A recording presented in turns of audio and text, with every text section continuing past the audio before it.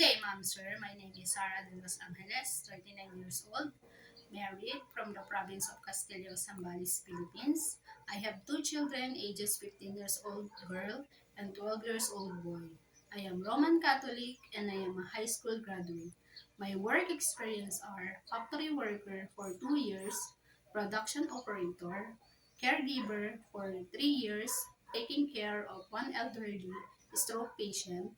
My duties there are give her medicines, give her nutritious foods, and cleaning, ironing, and washing the clothes.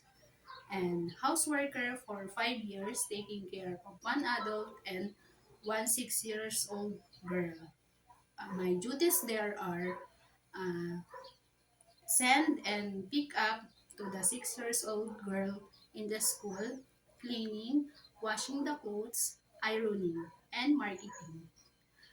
To my future employer, please pick me because I am hardworking, patient, trustworthy, and I will do my very best to do my work on your house and follow your rules and regulation in your house. Have a nice day.